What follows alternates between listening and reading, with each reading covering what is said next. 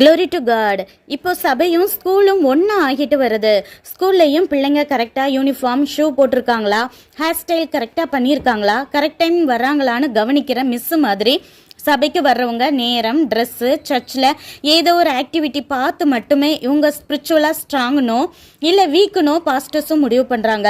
இதெல்லாம் முக்கியம்தான். ஆனால் இதை மட்டும்தான் சர்ச்சு கவனிக்குது. ஃபர்ஸ்ட் டைம் ஒரு சர்ச்சுக்கு புதுசாக போனேன்.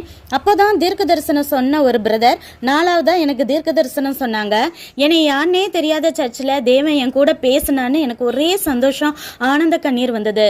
ப்ரேயர் முடிஞ்சதுக்கப்புறம் ஆவிக்குரிய சபைக்கு வர்றவங்க ஃபேஸில் இதெல்லாம் போடலாமா அப்படின்னு என்கிட்ட ஒரு சிஸ்டர் கேட்டாங்க. அவங்க கிட்ட தேவன் பேசாததை பற்றியெல்லாம் கவலை இல்லை, நான் போடுற லிப்ஸ்டிக் பவுடர் எல்லாம் கவனிச்சுட்டு இருந்திருக்காங்களேன்னு எனக்கு வருத்தமாக இருந்தது.